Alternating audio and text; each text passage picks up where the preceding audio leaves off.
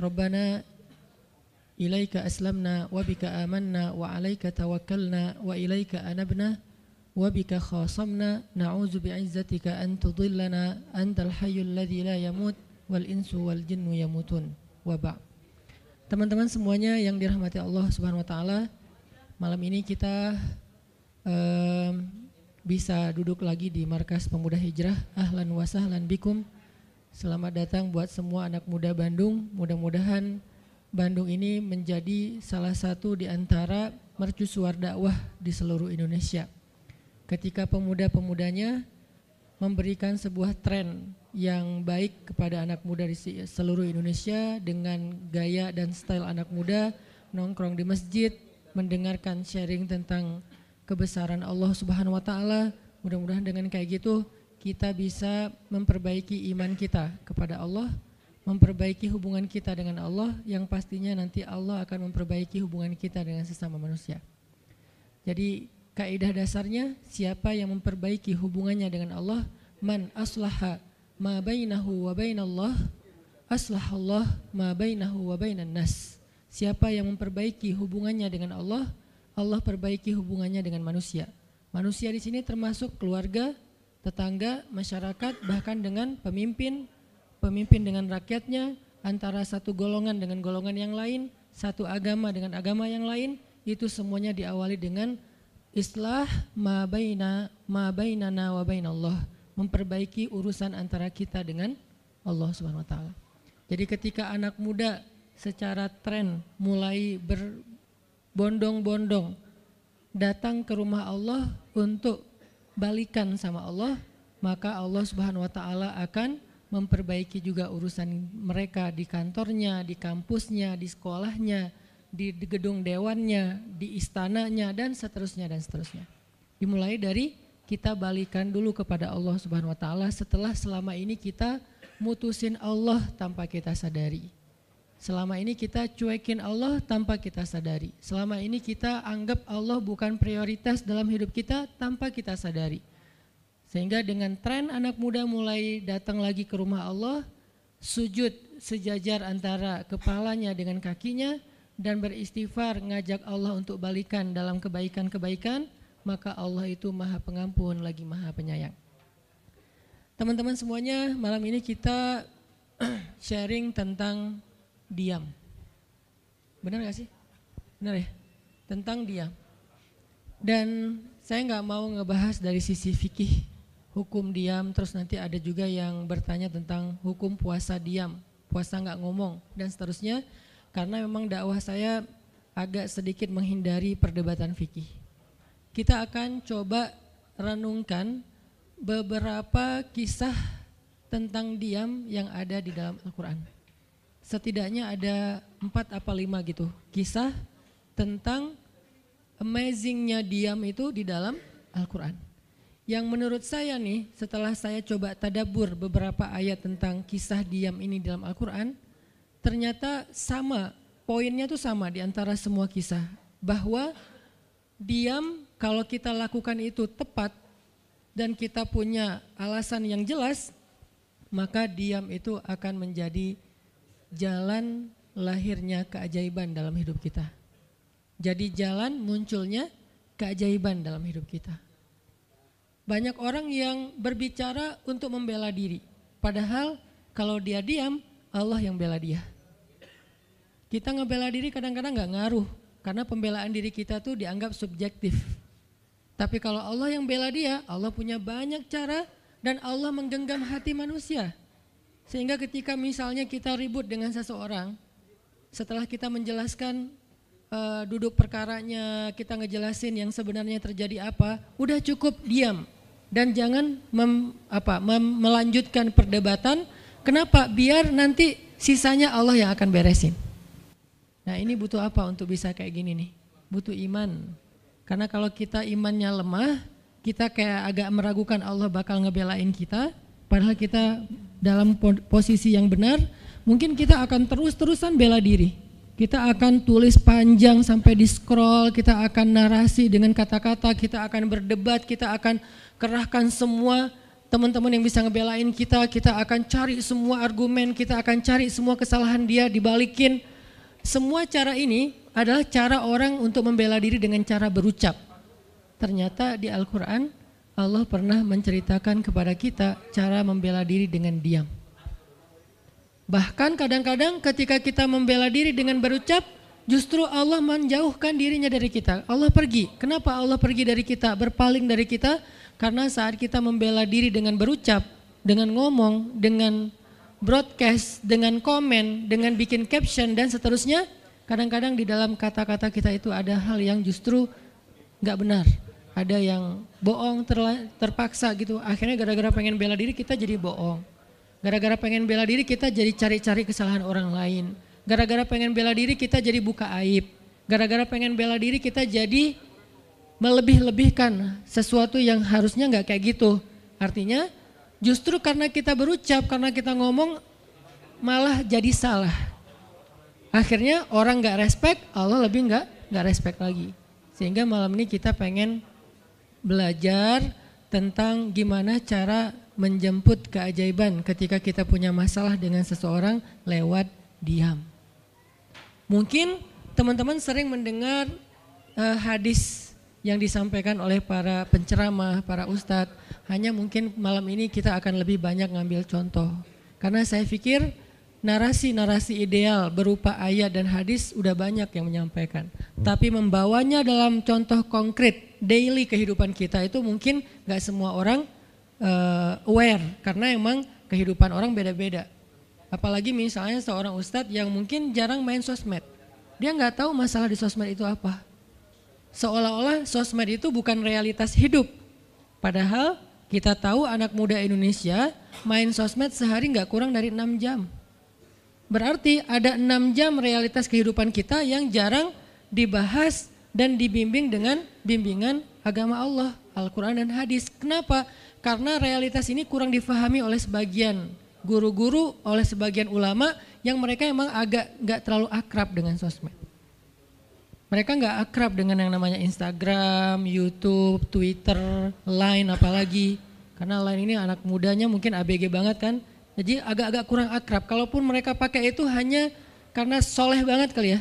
Karena soleh banget jadi mereka pakainya sebatas sekedar share ceramah doang. Jadi gak main. Bukan pemain sosmed lah. Sekedar menggunakan sosmed sebagai media panggung ceramah. Udah share. Itu juga kadang-kadang yang nge-share-nya admin, jadi nggak ngulik gimana cara itu kurang ngulik. Padahal realitas sosmed itu udah jadi realitas daily kehidupan kita. 6 jam kita ada di sosmed dan 6 jam itu tetap waktu yang akan dihisap oleh Allah. Bukankah selain harta, selain tenaga, selain amal, waktu juga akan dihisap? Maka waktu kita 6 jam itu apakah tidak ada hubungannya dengan agama? Ada banget. Sehingga saya mencoba untuk semampu saya bareng dengan kita semuanya belajar. Bisa nggak ya kita jadi smart netizen? Atau dalam kehidupan sehari-hari bisa jadi smart citizen dengan sikap diam. Gimana sikap diam citizen, smart citizennya? Lagi di jalan, ketika orang lain mungkin bikin kita bete, bikin kita emosi, bisa nggak kita diam? Di rumah ketika kita berselisih dengan pasangan, bisa nggak kita diam? Di kos-kosan ketika kita digedor-gedor terus minta uang kos-kosan sama bu kos, bisa nggak kita? Salah. Itu mah ngumpet ya. Salah contohnya. Ya gitulah pokoknya. Jadi kita akan coba bahas diam ini dari angle daily kehidupan kita. Karena saya lebih suka kayak gitu biar langsung praktis bisa dipakai. Memang hadis-hadisnya banyak. Salah satu yang paling terkenal, man kana yu'minu billahi wal yaumil akhir falyakul khairan aw liyasmut. Cuman contohnya doang yang beda-beda. Narasinya sama, kontennya sama. Cuman contohnya beda tergantung angle seorang ustadz dan wawasan kehidupan yang dia jalanin. Dia hidupnya sebagai apa? Kalau hidupnya sebagai seorang ustadz yang ada di dalam masjid, mungkin ya contoh-contohnya adalah tentang di dalam masjid, tentang bergaul sesama ustadz, dengan aktivis, manggilnya akhi ukhti. Tapi kalau dia kehidupannya main, berarti dia akan ngambil contoh tentang main, gimana kita biar tetap bisa soleh walaupun kita lagi main dan seterusnya. Tapi narasinya sama. Man kana yu'minu billahi wal yaumil akhir falyakul khairan aw liyasmut. Atau nanti cerita yang lain kata Nabi, yang paling banyak memasukkan orang ke dalam api neraka dua. Satu lisannya, kedua kemaluannya. Ini dua hal yang paling sering menyebabkan orang masuk neraka. Kalau kemaluannya kita tahu artinya dia hawa nafsu, syahwat. Kalau lisan ini ngomong, justru gara-gara kita ngomong banyak, kadang itu jadi kayak pemberat timbangan keburukan kita dan itu tuh rugi gitu. Makanya kita perlu belajar, bukan saya ngajak kita, kita diam aja seharian. Kayaknya agak kurang fair juga ya. Dan saya juga nggak diam seharian. Susah kalau untuk diam seharian, apalagi sama keluarga, kan kita butuh ngobrol sama teman. Ya serealistis mungkin dan senatural mungkin. Cuman kalau lagi ada kasus bisa nggak nih kita diam? Terutama kalau lagi ada kasus. Terutama kalau lagi ada masalah. Dan saya yakin kita tuh pasti sering punya masalah dengan seseorang. Gimana caranya kita diam? Gimana cara Nabi diam ketika diomelin oleh Aisyah radhiyallahu anha? Ngomel, diam. Aisyah ngomel kepada Nabi, enggak menceritakan aib orang lain, enggak mencela, cuman ngomel karena lagi cemburu. Nabi diam. Beres Nabi diam, baru Nabi nanya, udahan Aisyah? Udahan. Terus Aisyah mau apa? Udah.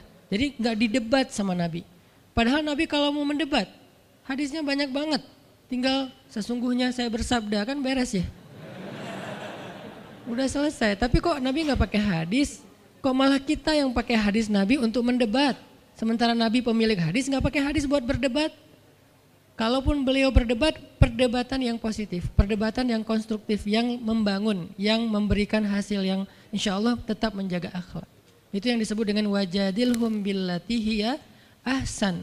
Tapi kalau dengan keluarga, Nabi itu nggak suka debat. Istrinya ngambek, istrinya rame-rame nggak mau nggak mau ngomong sama Nabi, ya udah Nabi di mihrab ngomong aja sama Allah sama Jibril. Ternyata lebih dahsyat lagi. Ketika Nabi di mihrab ngomong sama Allah dan Jibril doang, akhirnya istri-istrinya lebih dari seminggu ngerasa kayak nasib kita gimana ya, kok Nabi udah nggak mau ngomong sama kita lagi, kok kita digantung gini gitu kan ya.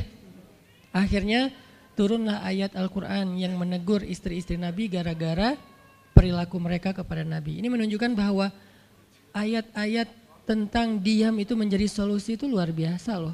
Dan saya pengen malam ini sebagai motivator, katanya sebagai motivator saya pengen memotivasi kita supaya kita percaya diam itu solusi. Diam itu keajaiban. Nggak usah komen itu ternyata, nggak nge-replay komen head itu ternyata bagus. Nggak usah terlibat dalam perdebatan di sosmed, itu tuh bagus banget. Saya hari ini tadi sore posting tentang update berita di Palestina, ada seorang perempuan yang ditembak di perbatasan sama orang Israel. Kenapa saya turn off si komennya? Karena saya tahu ini akan mengundang emosi. Jadi takutnya malah kemana-mana kan, jadi ngomong politik, jadi ngomong apa, mending di turn off aja deh. Tapi kalau yang lagi saya dibully, saya biasanya nggak nge-turn off. Yang di turn off tuh hal-hal yang sifatnya memunculkan polemik yang semakin melebar, jadi kurang produktif. Akhirnya kita offin dulu komennya. Tapi saya tetap pengen share itu biar orang update berita dari sana tuh lagi apa. Dan mudah-mudahan saya berharap itu di repost orang banyak, akhirnya jadi minimal membangun awareness masyarakat dunia bahwa Palestina itu layak untuk merdeka. Dari dulu udah layak untuk merdeka sejak mereka dijajah oleh Israel. Itu doang sih kampanyenya. Tapi saya nggak mau kampanyenya melebar kemana-mana sehingga di offin dulu aja komennya. Kenapa? Off komen itu kadang-kadang bagian dari diam baik. Ngapain juga kita ladenin komen yang macam-macam, walaupun mungkin komennya itu ada yang kita berpihak sama dia, sepaham dengan dia, ada yang beda, tapi tetap aja saya lihat kadang-kadang komen itu berlebihan, sampai muncul kalimat-kalimat mencela, sampai marah-marah, sampai caps lock tanda seru kan ya. Ini kan nggak nyaman lagi kan kalau udah kayak gini, mending diam. Nah di sini kita pengen belajar, diam itu ternyata ajaib, diam itu ternyata benar-benar kata orang emas. Diam itu ternyata solusi, diam itu ternyata pembelaan diri yang paling efektif. Kalau selama ini kita masih percaya membela diri yang paling efektif ngomong, membela diri yang paling efektif itu bikin postingan, Membela diri yang paling efektif itu bikin caption yang bagus. Membela diri yang paling efektif itu komen. Membela diri yang paling efektif itu minta pembelaan dari manusia. Ternyata mungkin itu benar, tapi ada yang lebih efektif lagi. Membela diri dengan diam. Dan gimana cara membela diri dengan diam sampai mendatangkan keajaiban, itu yang akan kita coba renungkan malam ini. Oke, yang pertama kita akan baca kisah diam di surat Maryam, surat favorit saya. Coba teman-teman buka surat Maryam, surat 19. Di dalam surat ini ada 2 adegan diam. Pertama, adegan diamnya Nabi Zakaria. Yang kedua, adegan diamnya Maryam. Surat 19, surat Maryam, ayat 10.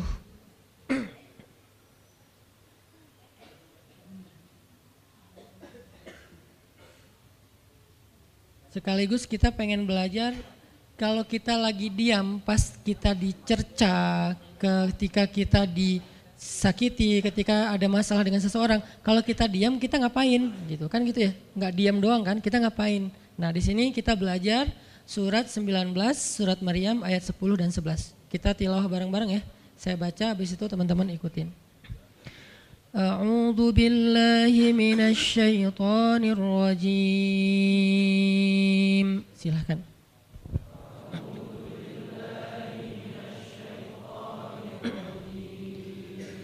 Bismillahirrahmanirrahim.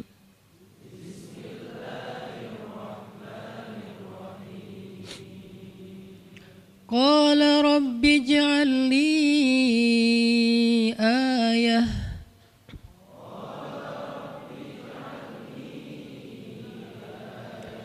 Qala ayatuka alla tukalliman nasa thalatha layalin sawiyya.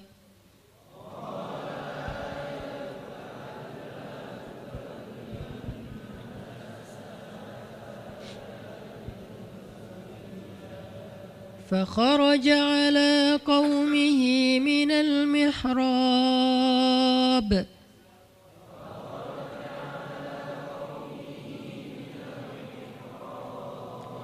فأوحى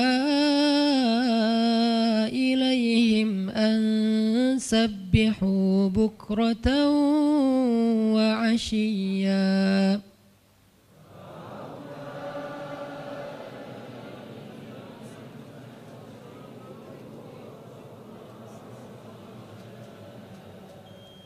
Berkatalah Zakaria, Rabbi, berikanlah untukku sebuah pertanda bahwa aku akan punya anak laki-laki. Allah berfirman, tanda-tanda bagimu adalah engkau tidak akan bisa berbicara dengan manusia selama 3 malam berturut-turut. Maka keluarlah Zakaria kepada kaumnya dari mihrabnya dan memberi mereka isyarat supaya mereka bertasbih kepada Allah setiap pagi dan petang. Ini adalah adegan, kita lanjutin sekitar 2 menit sebelum azan.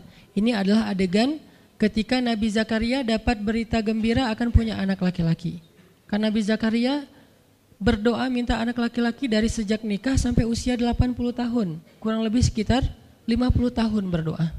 Lama banget, ya Allah beri anak, ya Allah beri anak. Sampai iparnya udah punya anak keren namanya Maryam. Iparnya adalah Imran. Udah punya anak keren banget, cewek, solehah, dari kecil udah beribadah di Masjid Al-Aqsa. Zakaria masih minta anak, ya Allah, ya Allah, ya Allah. Sampai puncaknya Zakaria ngelihat Maryam dapat makanan dari langit. Zakaria datang ke mihrab Maryam, terus di situ udah ada makanan yang bukan dibawa oleh Zakaria. Zakaria nanya, anna laki hadza ya Maryam. Maryam dapat dari mana makanan ini? Kata Maryam, huwa min indillah, dari Allah, kata Maryam.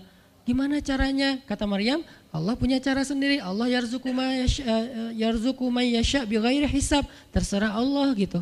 Masya Allah, Masya Allah. Zakaria kagum sama Maryam. Langsung pergi ke mihrabnya Zakaria, sholat. Dan di dalam sholatnya Zakaria berdoa, hunalika da'a Zakaria rabbah.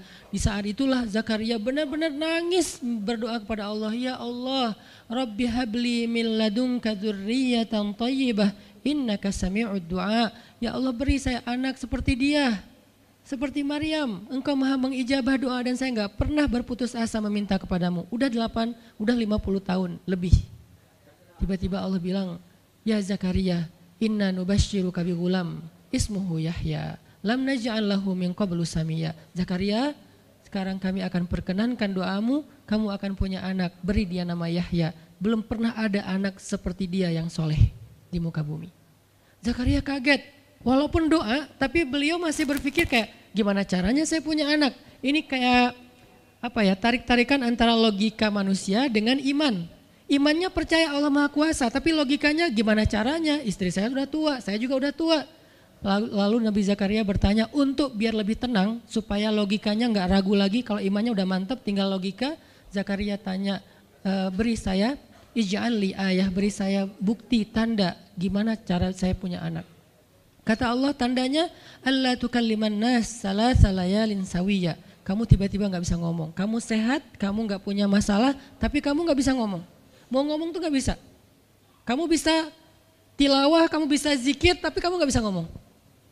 Bisa subhanallah, subhanallah, subhanallah. Bisa alhamdulillahi rabbil alamin.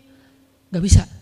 Jadi baca Quran, kalau ada Quran, tapi dulu kan Taurat ya. Baca Taurat bisa, zikir bisa, hayya ala sholah, kalau azan ada azannya bisa. Pokoknya semua bisa kecuali mau ngomong tuh gak bisa.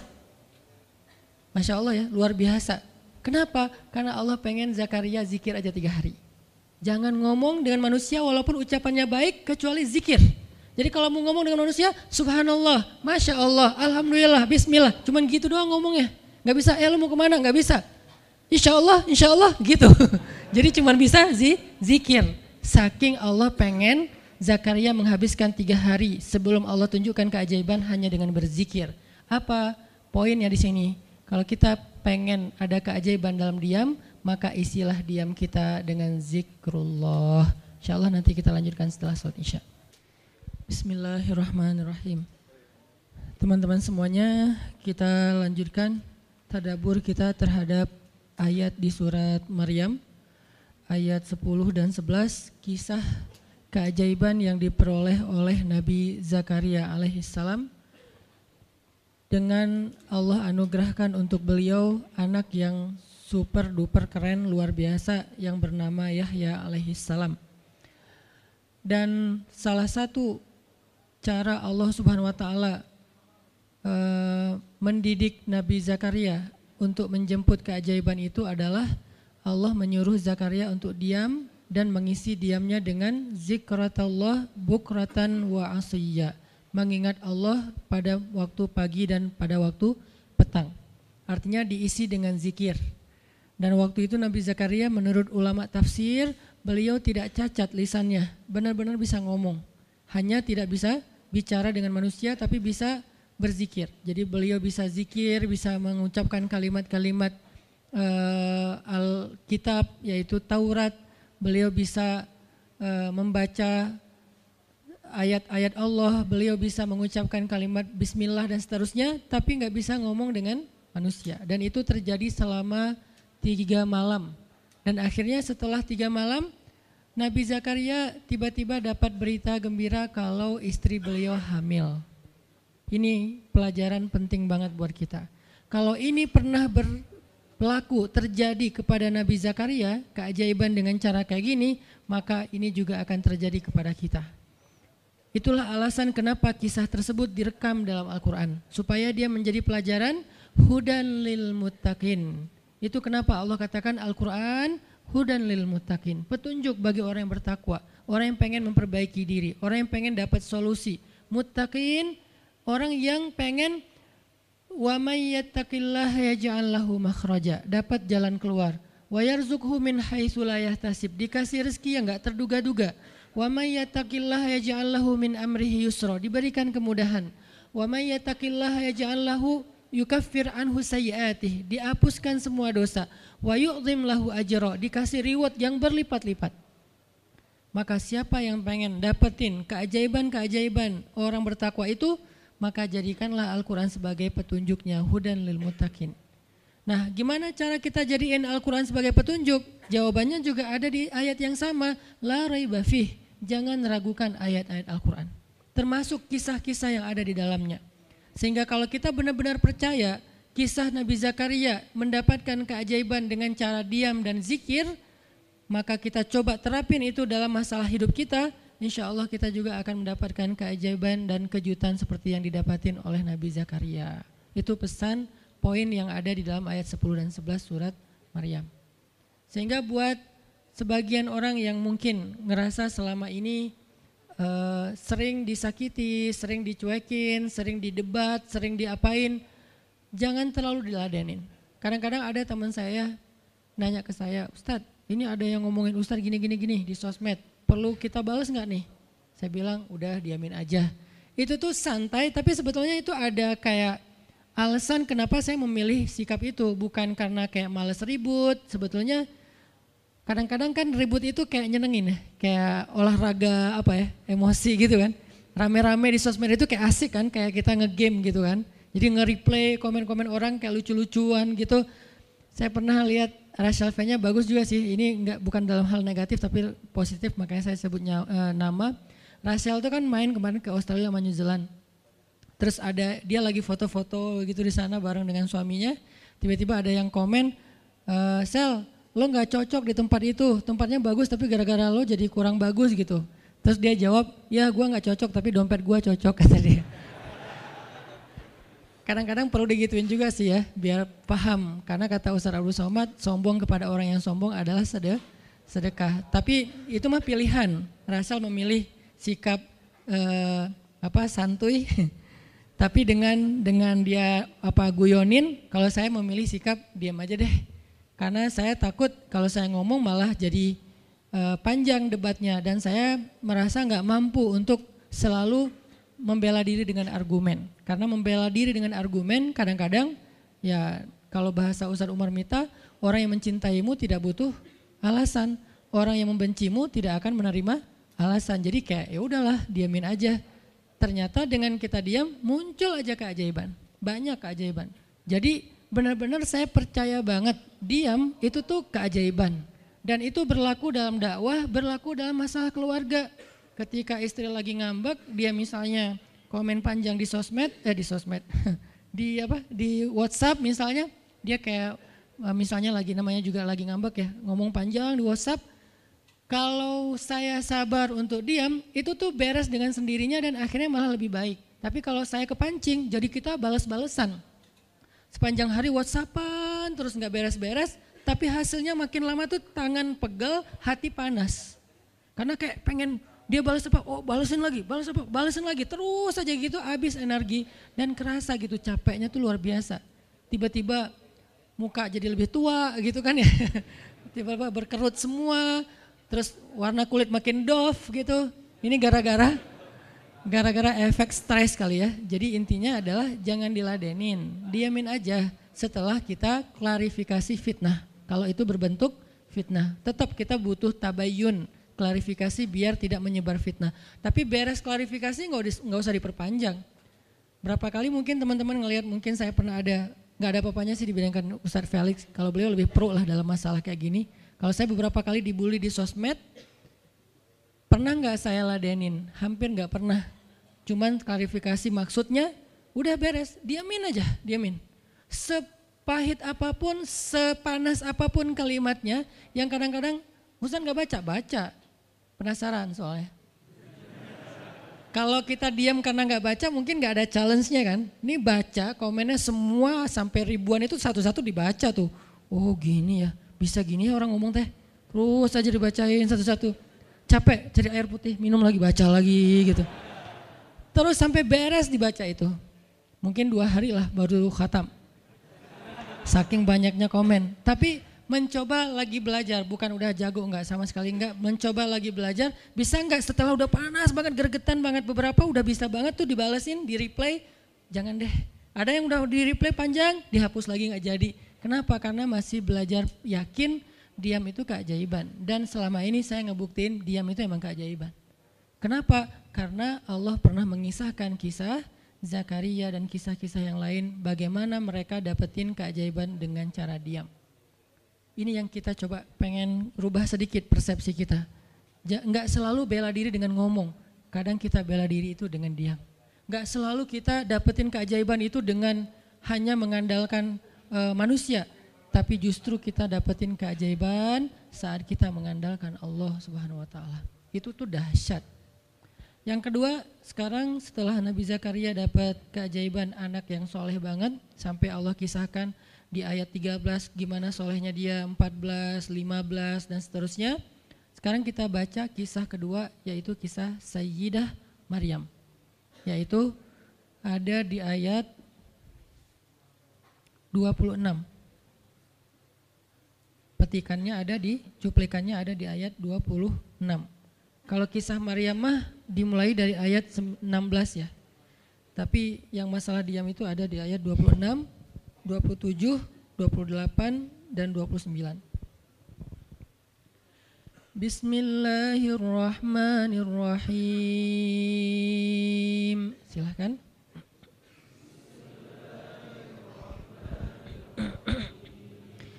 Fakuli washrabi wa qarri aina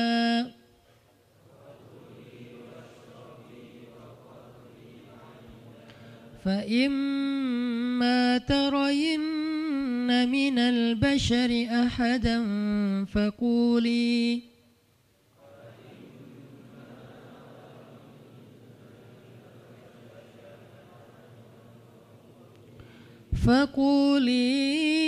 إني نذرت للرحمن صوما فلن أكلم اليوم إنسيا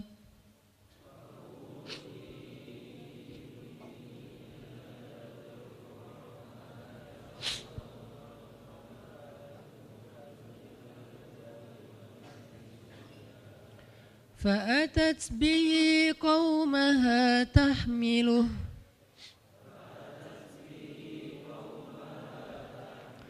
قالوا يا مريم لقد جئت شيئا فريا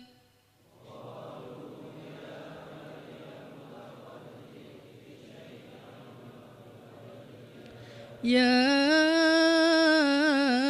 أخت هارون ما كان أبوك امرأ سوء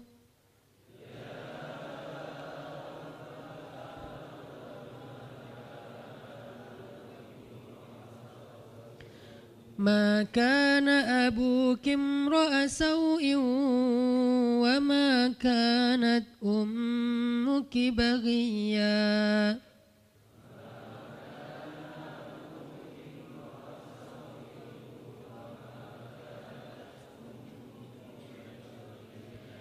فأشارت إليه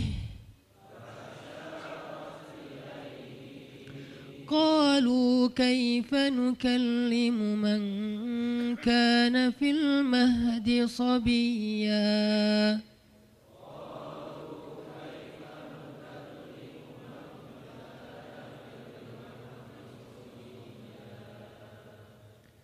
Dan maka makan dan minumlah dan bersenang hatilah engkau wahai Maryam, dan jika engkau bertemu dengan seseorang katakanlah sesungguhnya saya telah berazam untuk berpuasa pada hari ini dan saya tidak akan berbicara dengan manusia pada hari ini.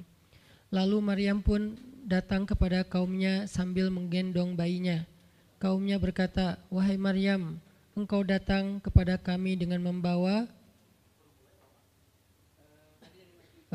kalau bahasa kita tuh pembawa apa istilahnya, sial, apa ya, dengan membawa keburukan. Jadi kayak dianggap pembawa kesialan.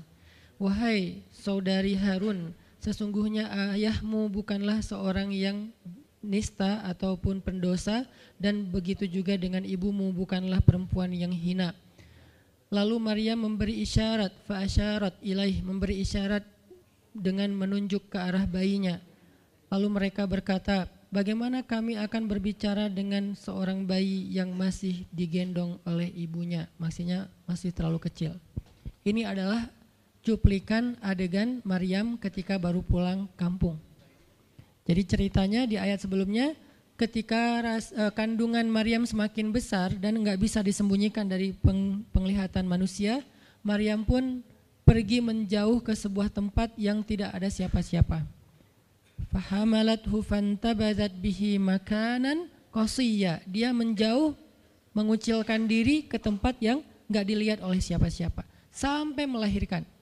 Jadi kurang lebih sekitar 3 bulan 4 bulan Maryam nggak ada di Al-Quds, nggak ada di di Masjidil Aqsa dan sekitarnya. Dia pergi mengasingkan dirinya supaya tidak ada yang menghujat Maryam karena ngelihat perutnya sudah semakin besar dan dia nggak punya suami. Setelah melahirkan, akhirnya Allah perintahkan Maryam untuk pulang. Setelah Allah ngasih makan, minum dan kebahagiaan buat Maryam, fakuli washrobi wa qarri aina, dengan adegan korma yang menjatuhkan buah-buah rutop dan seterusnya, pulanglah Maryam. Nah, Maryam tahu ketika dia pulang dengan membawa bayi, dia pasti akan dihujat, dicela, dicaci maki, dibully oleh kaumnya. Lalu Allah memberi kepada Maryam bekal, gimana cara ngadepin yang kayak gitu-gitu. Kata Allah, kalau kamu ketemu manusia, ketemu orang-orang, ketemu kaummu, bilang ke mereka, saya tidak berdebat hari ini. Saya nggak akan berdebat. Jadi dia tetap bisa ngomong, tapi dia bilang saya nggak akan berdebat.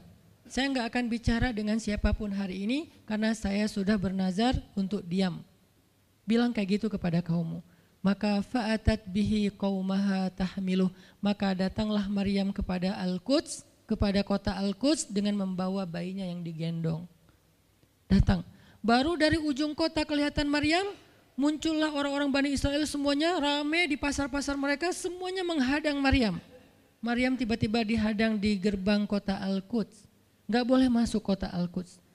Tadinya ada yang satu orang lihat, Maryam, langsung dia datang ke kota, dia umumkan ke semua orang, wahai Bani Israel, perempuan yang hina yang kita cari-cari sekarang sudah datang membawa bayi haramnya, membawa bayi selingkuhnya, membawa bayi hasil zinanya. Akhirnya orang-orang yang ada di Masjidil Aqsa, yang ada di rumah-rumah, yang ada di pasar, semuanya berkumpul di depan gerbang kota. Menghalang Maryam masuk. Kebayang gak perasaan Maryam? Padahal dia itu lahir di situ, dia beribadah di situ, ayahnya orang situ, ulama pula, pamannya Nabi pula di situ, tapi dia sekarang dihadang oleh semua penduduk Al-Aqsa, penduduk Al-Quds, Bani Israel. Ketika Maryam mendekat, mereka mengatakan, ya Maryam, laqad ji'ti syai'an fariyya. Ini bahasa Al-Quran. Kalau aslinya lebih tercela daripada ini, karena ini bahasa Al-Quran yang tinggi, Allah menggunakan bahasa simbolik saja. Yang terjadi, mereka mencela Maryam. Mereka bilang, Maryam kamu pembawa sial, Maryam kamu perempuan hina, Maryam kamu tukang zina, Maryam kamu selingkuh, Maryam kamu ternyata pelakor, segala macam. Kebayang gak seorang perempuan yang mulia dituduh dengan kata-kata kayak gini? Sedih, pengen jawab, pengen bilang saya ini gak pernah berbuat dosa, ini nih Allah yang ngasih kepada saya gak punya suami dan saya diberikan anak yang suci dan segala macam. Enggak. Tanya kepada Zakaria kalau nggak percaya, saya punya buktinya segala macam, nggak usah, diam aja. Maryam bisa ngomong kalau mau. Maryam by the way adalah perempuan secerdas Sayyidah Aisyah. Dia itu kayak Aisyah cerdasnya, kayak Khadijah bijaksananya, kayak Fatimah lembutnya, kayak Asia sabarnya. Maryam itu istimewa, sampai sebagian ulama mengatakan Maryam satu-satunya nabi dari perempuan. Satu-satunya nabi dari golongan perempuan. Sebagian kecil ulama ada yang menyebutkan demikian. Sehingga mereka menyebut Maryam alaihassalam. Saking Maryam ini keren banget, istimewa banget. Tapi jumhur ulama sejarah mengatakan Maryam bukan nabi, tapi dia perempuan solehah, orang soleh, bahkan 1 dari 4 perempuan sempurna di muka bumi dan tidak ada yang kelima. Cuman ada 4. Kamula minar rijali katsir, kata Nabi. Laki-laki yang sempurna itu banyak, yaitu para rasul dan para nabi. Walam yakmul minan nisa illa arba'ah. Tidak ada perempuan yang sempurna kecuali 4.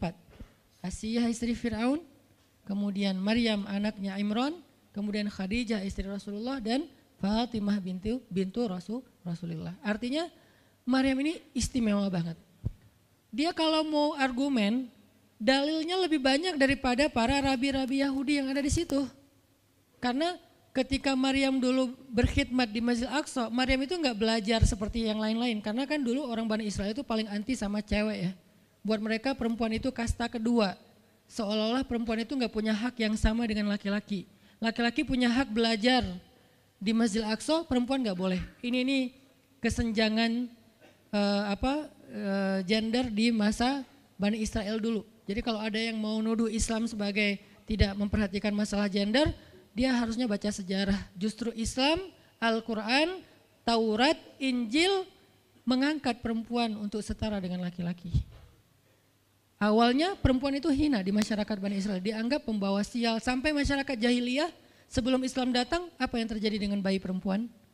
Dibenamkan dalam pasir hidup-hidup, dibunuh, dilempar dari bukit supaya mati langsung seketika. Kenapa? Termasuk Umar pernah membunuh bayi perempuan. Umar radhiyallahu an. Kenapa dia sedih banget? Karena dia ingat masa lalu ketika dia pernah membunuh bayi perempuan. Kenapa mereka membunuh bayi perempuan? Karena dianggap perempuan ini membawa sial. Tapi datang Islam mengubah tradisi itu. Mengubah persepsi publik. Yang tadinya perempuan dianggap hina, dalam Islam dikatakan surga ada di bawah telapak kaki ibu. Muncul harga diri perempuan naik. Apalagi sebaik-baik kalian yang paling baik untuk istrinya dan aku yang paling baik untuk istriku di antara kalian. Muncul lagi hadis kalau seandainya laki-laki mau bersabar terhadap istrinya maka harusnya dia bersabar 70 kali sehari kalau dia disakiti oleh istrinya. Yang ke-71 baru dia boleh marah. 70 belum boleh marah. Jadi perempuan, ibu-ibu, istri kalau mau bikin suaminya sebel sampai 69. Atau 70 boleh lah. Tapi yang ke-71, nah ini udah layak dimarahin. Tapi kan gak pernah ada sampai 70 kan. Paling juga 10%-nya lah, 7 kali sehari. Dan itu istiqomah setiap hari. Hari ini kok kamu gini lagi sih, kemarin udah beda hari. Jadi beda hitungannya, 0 lagi mulai dari awal. Tapi nanti ada hadis penyeimbang. Nabi itu kan bijaksana banget. Yang diajarin bukan cewek doang, cowok juga diajarin. Ketika hadisnya supaya memuliakan perempuan ada, nanti ada lagi hadis laki-laki. Seandainya seorang perempuan menjilat luka dan darah dan nanah di tubuh suaminya, itu belum bisa membayar satu saja kebaikan suami kepada dia. Jadi menjilat lukanya aja belum bisa bayar kebaikan, terus ngapain marah-marah coba. Sehingga dua-duanya ada nasihat untuk suami. Kalau istrinya lagi ngambek, namanya juga lagi sedih, ya udah kamu sabar aja 70 kali. Untuk istri, jangan ngambek karena kalau kalian berbuat baik aja belum bisa bayar kebaikan mereka. Terus gimana dong Ustadz? Ya udah, sekarang solusinya adalah sama-sama mengambil sisi baiknya. Kayak gitu nasihat Nabi. Makanya saya agak kurang setuju kalau khutbah Jumat itu memakai hadis menjilat darah dan nanah. Karena yang dengar suami. Wah bener nih khutbah Jumat, saya senang banget khutbah Jumat hari ini. Pulang-pulang, mah tadi khutbah Jumat keren banget. Nih mah, kebenaran aku catat, nih mah gak bisa. Kalau khutbah Jumat pakailah hadis sabar 70 kali.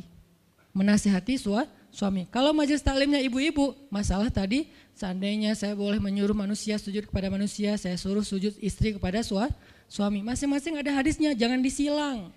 Ini gak bijak dalam ceramah, karena harusnya memberi nasihat yang bisa memperbaiki, bukan menambah tuntutan baru. Wah benar nih kalau suami saya dengar, harusnya suami saya datang, Ustadz boleh enggak acara selamatan di rumah saya nanti temanya ini gitu. Kalau perlu ngundang Ustadz yang dia kenal, request dulu untuk ngemojokin pasangan, ini enggak bijak. Balik lagi ke cerita tadi, Maryam tuh pintar banget, cerdas banget. Dari kecil dia udah hafal Taurat. Ibarat anak sekarang hafal Quran. Dan lebih sulit ngafal Taurat daripada Quran. Kenapa? Karena bahasa Al-Quran itu sastra banget. Jadi ngafalnya itu kayak ngafal syair. Itu aja udah susah kan? Kebayang gak ngafal Taurat? Lebih sulit lagi tuh. Dan Maryam dari usia di bawah 5 tahun udah khatam Taurat. Udah tahu tafsir Taurat. Usia 7 tahun. Bahkan saking keren dan pinternya Maryam, kadang-kadang ketika Maryam ngobrolin tentang Taurat sama Zakaria, itu Zakaria sampai geleng-geleng kepala. Maryam, gitu maksudnya? Sampai nanya ke Maryam. Gitu om maksudnya. Maryam ngomongnya ke Zakaria udah kayak ngajar gitu. Saking pinternya Maryam. Jadi hadis-hadis Zakaria Maryam hafal. Kan para anbiya itu punya hadis kan. Hadis Zakaria dihafal oleh Maryam. Tauratnya Musa dihafal oleh Maryam. Kebijaksanaan para nabi dihafal oleh Maryam. Dia dari usia 10 tahun itu udah jadi ulama besar Maryam. Artinya kalau misalnya orang mau berargumen dengan Maryam, dia punya banyak bahan. Dia punya banyak narasi. Dia lagian Maryam itu pintar ngomong. Tapi Maryam diam. Jadi kalau kita ngerasa pinter ngomong, pinter komen, pinter apa, tetap aja kita punya alasan harusnya kita diam. Karena Maryam yang lebih daripada kita ternyata juga diam. Akhirnya Maryam diam. Dikatakan ya ukhta Harun, diingatkan lagi dengan kemuliaan keluarga Imran. Ya ukhta Harun, ma akana abuki imra'asau wa ma kanat ummuki baghiyya. Ayah kamu itu Imran loh Maryam, kamu enggak malu punya bayi di luar pernikahan sementara keluarga kalian itu keluarga baik-baik. Apa kamu tega menyakiti ayahmu, mencoreng nama besar dan nama baik keluarga besarmu, dan seterusnya. Maryam makin luar biasa, panas banget, sedih banget. Dan Maryam itu yang lebih berat lagi teman-teman. Mungkin kalau kita digituin agak kebal ya. Terutama cowok lah. Cowok kalau digituin agak kebal karena emang kurang berperasaan sih kalau cowok ya. Coba lihat dari angle cewek. Cewek itu lebih peka loh dari kita. Kita mah mungkin lebih mudah lah diam. Diomelin, diam aja. Karena kita kan orangnya agak santuy gitu kan. Kalau cewek itu gak bisa gitu. Makanya lihat angle ini dari angle cewek. Kalau tadi Zakaria, sekarang Maryam. Dan Maryam lebih peka daripada semua cewek yang ada di muka bumi. Lebih perasa lagi daripada perempuan yang ada di muka bumi. Sangat-sangat pemalu. Saking pemalunya ketemu cowok keren, ta'awuz coba. Cewek itu perasaannya lebih dalam daripada kita. Jadi kalau misalnya cewek-cewek, Maryam tuh gak punya, ketemu cowok keren aja dia ta'awuz. Siapa cowok keren yang ditemui Maryam? Jibril, Gabriel loh yang ditemuin. Dan waktu itu Jibril menjelma. Apa? Fatamassala laha basyaran sawiyya. Jibril menjelma sebagai basyaran sawiyya. Allah yang ngomong tuh, cowok keren. Allah yang bilang keren. Kalau kita merasa udah paling keren, menurut Allah biasa-biasa aja. Karena Allah pernah menciptakan Yusuf, Allah pernah menciptakan Muhammad, Allah pernah menciptakan Yahya. Kita merasa paling keren, Allah pernah menciptakan Sarah, perempuan paling keren juga, Aisyah, Fatimah. Jadi buat kita kayak udah kegeeran paling keren se-Bandung gitu kan ya. Menurut Allah mah biasa. Kalau Jibril, Allah sendiri yang bilang dia tuh emang keren. Jibril emang bukan malaikat, tapi kalau ketemu manusia, kecuali para nabi, Jibril itu menjelma sebagai manusia. Supaya tidak terlihat wujud aslinya, karena gak kuat orang ngelihat wujud aslinya Jibril. Nabi Muhammad aja pertama ngelihat Jibril dengan wujud aslinya pas di Gua Hira itu lari tuh, takut, saking ngerinya Jibril tuh. Jangankan manusia, malaikat aja segan sama Jibril. Jibril lewat malaikat, gak berani malaikat. Kenapa saya bilang kok disegani? Allah yang bilang di Al-Quran, dia itu malaikat yang disegani. Dzu mirratin, dzu mirrah kalau bahasa kita, malaikat yang sangat berwibawa. Sehingga di antara malaikat aja gak ada yang sembarangan bicara sama Jibril. Mau bicara sama Jibril kayak, aduh segan, malu, gitu malaikat. Cuman gak pakai, itu mah Sunda ya. Pokoknya malaikat mah gak berani ngomong sama Jibril saking segannya. Kenapa? Gagah banget wujud aslinya. Ketika dia membentangkan sayapnya, itu sayap menutupi timur dan barat. Jadi matahari, bulan, bintang udah gak kelihatan. Yang kelihatan cuma Jibril dengan keagungannya. Itu belum Allah ya, baru ciptaan Allah. Jibril, salah satu makhluk Allah yang paling agung. Sehingga saking kerennya Jibril, Allah gak menyebutnya dengan nama malaikat. Padahal golongannya malaikat, tapi Allah menyebutnya dengan Ruhul Quds, Roh Kudus, yaitu Jibril.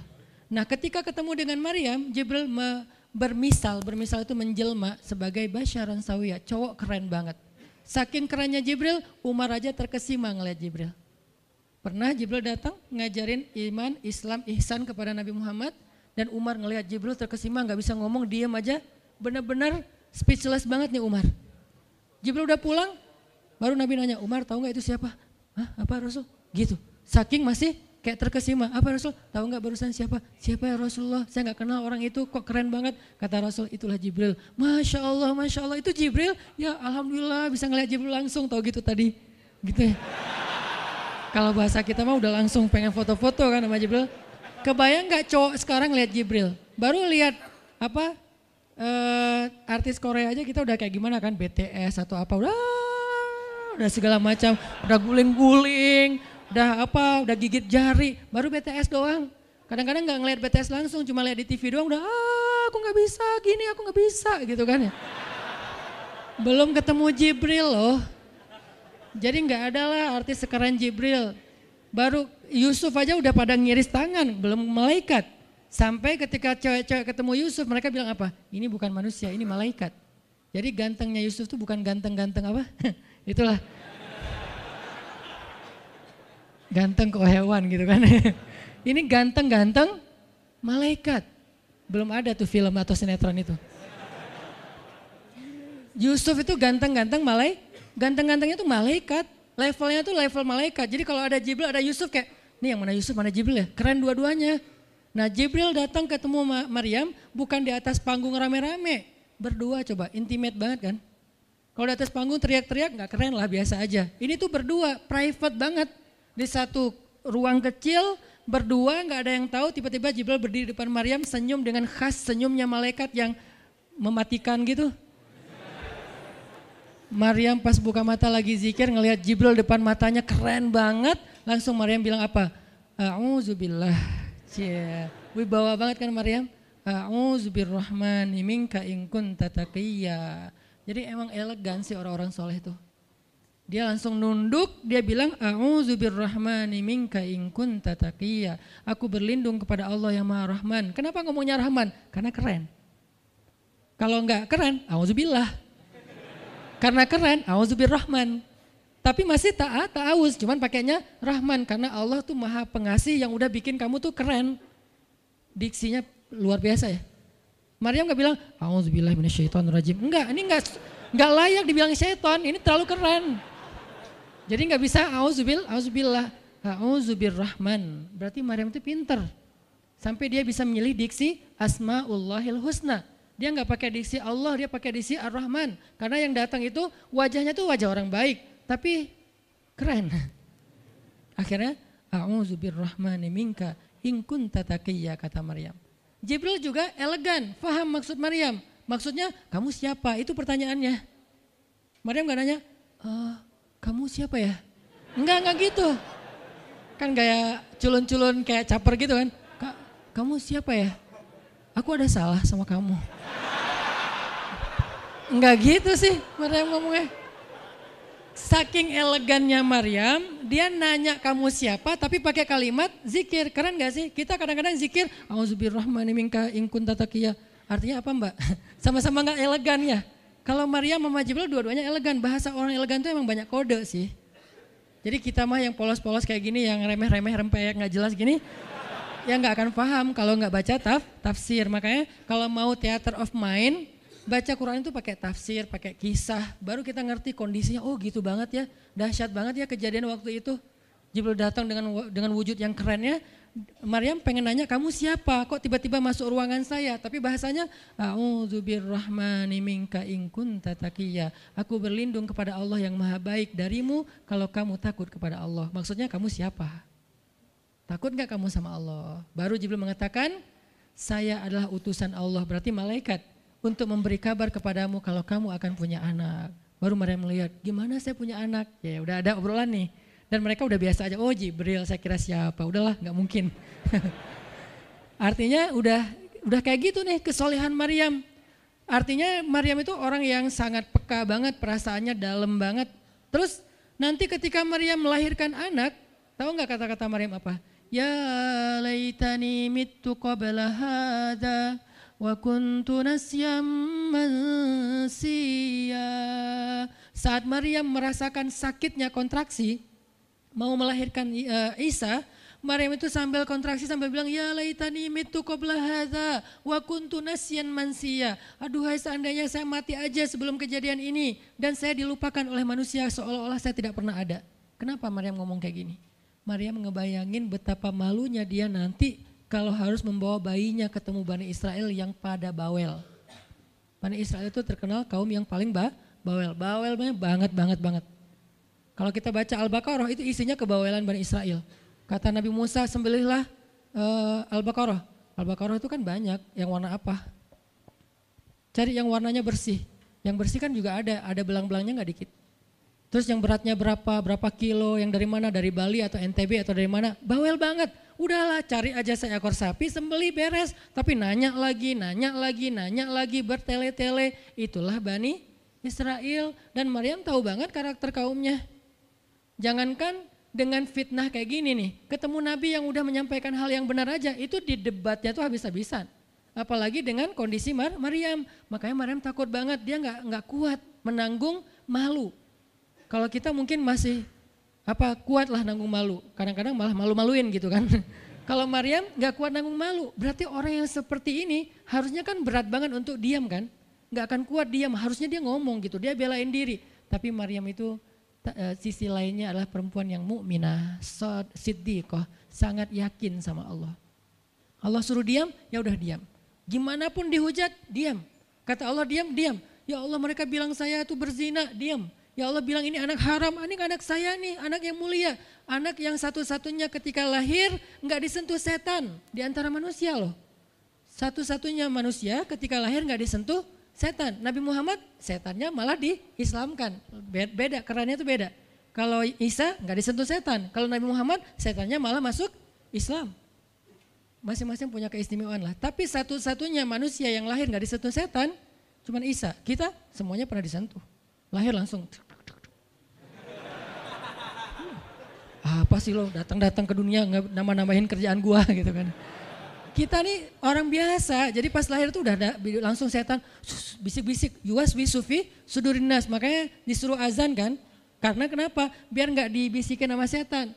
Dan kalau bisa suara azan kita harus lebih lembut daripada suara setan, karena setan juga kayak nge-tricky gitu. Saya ibu kamu. Anak bayi dinina bobokan sama setan, hiduplah iblis gitu-gitu kan. Jadi kayak di dokter nama setan, iblis itu keren, iblis itu soleh, iblis itu baik. Tapi pakai bahasa nasyid. Lagunya tuh kayak akustik gitu, lembut banget gitu kan. Makanya suara muazin kalau azanin anaknya yang lembut. Jangan azan Allah Akbar, asyhadu an la ilaha illallah. Dia males ke masjid nanti kalau udah dewasa. Kenapa? Gue males banget dengan suara ini nih. Salahnya siapa coba? Salah ayahnya. Belajar azan di Al-Latif sama Muzammil, sama Teras Tahfiz. Biar azannya tuh kayak Allahu Akbar. Bayinya senyum-senyum. Ntar gue bisa lebih dari itu. Canda. Intinya adalah Maryam itu pemalu banget. Jadi dia bisa banget untuk ngebales. Tapi dia diam. Sampai akhirnya fa'asyarat ilaih. Dia memberi isyarat. Arti memberi isyarat, dia nunjuk ke arah Isa alaihissalam yang masih digendong. Kalau kalian mau ngomong aja sama bayinya. Allah yang nyuruh kayak gitu. Makin kayak marah dan makin menjadi-jadi orang Bani Israel ketika Maryam memberi isyarat nunjuk ke arah Isa. Mereka bilang, ya Maryam, kamu udah gila apa? Sekarang kamu nyuruh kami bicara dengan bayi yang masih dalam gendongan ibunya. Benar, Maryam tuh ternyata udah stres gila. Dia gara-gara ditinggal sama selingkuhannya, sekarang dia jadi orang gila. Wah, luar biasa tuduhan kepada Maryam. Maryam diam aja, sedih, nahan air mata. Tapi bukan emotikon yang menggenang air mata di sini ya. Nahan aja air mata sampai kemudian Allah datangkan keajaiban, jadikan bayinya bicara. Qala, Isa bicara. Panjang lagi omongannya Isa. Ibuku ini baik, ibuku begini-begini, saya itu hamba Allah, saya itu anak yang suci, saya itu begini-begini, sampai beres baru mereka pada pulang karena mereka merasa terbantahkan semua tuduhan palsu mereka kepada Maryam.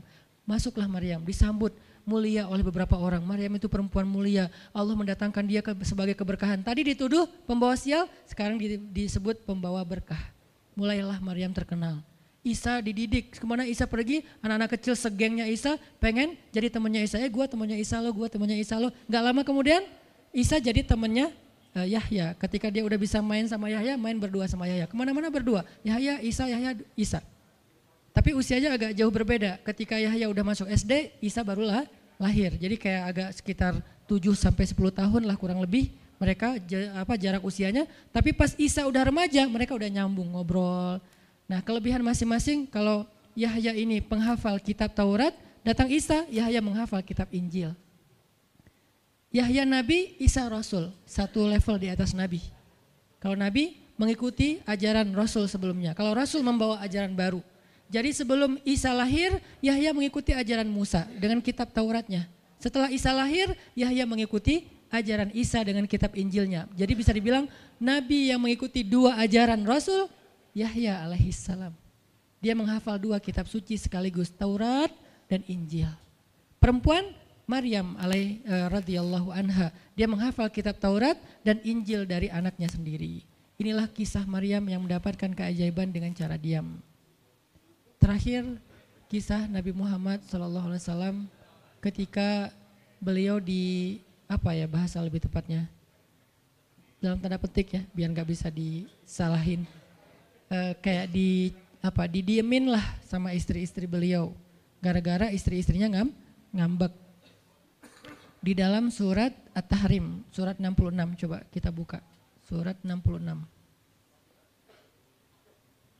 Ini juga kalau teman-teman baca kisah surat ini tuh luar biasa ya, kita kayak baca novel atau kayak nonton film, keren banget. Saya memang senang banget dengan sirah Nabi dan para anbiya, dan terutama kalau sirah ini berbentuk storytelling, bukan data sejarah ya, karena membaca data sejarah itu emang agak-agak liar sih. Tapi kalau storytelling kan kita adegan ya, wah seru ya, itu lebih keren daripada Disney, Marvel, Endgame, satu apalah.